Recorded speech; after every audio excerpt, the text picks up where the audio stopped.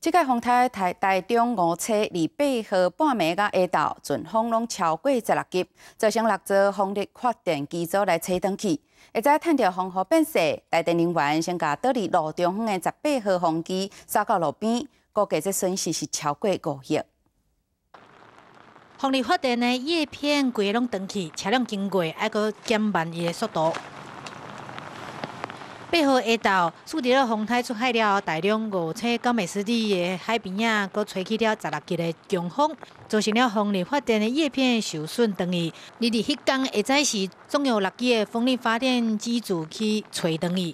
台电人员趁着风雨较无遐尼大的时阵，先甲倒伫路中央的风机先刷去路边。上午等待吊车要甲伊刷走。台电人员表示讲，6座风机同时受损，这还是头一届。目前有6台是倒塌，那一台是叶片掉落，创这个风力发电史上面的一个很重大的一个事件哈。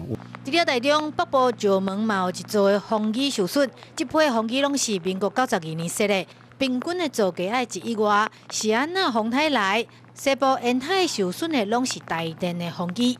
发生事故的这2个风场啊，它是最早的一个老旧机组，跟后面的这个机组的这个规格，其实都有一些不太一样哈。是结构设计不良，或者是5车地区40年来破表的强风所造成。台电表示讲，还阁来检讨倒去的风力发电设备，未来计划要原地来修复。记者综合报道。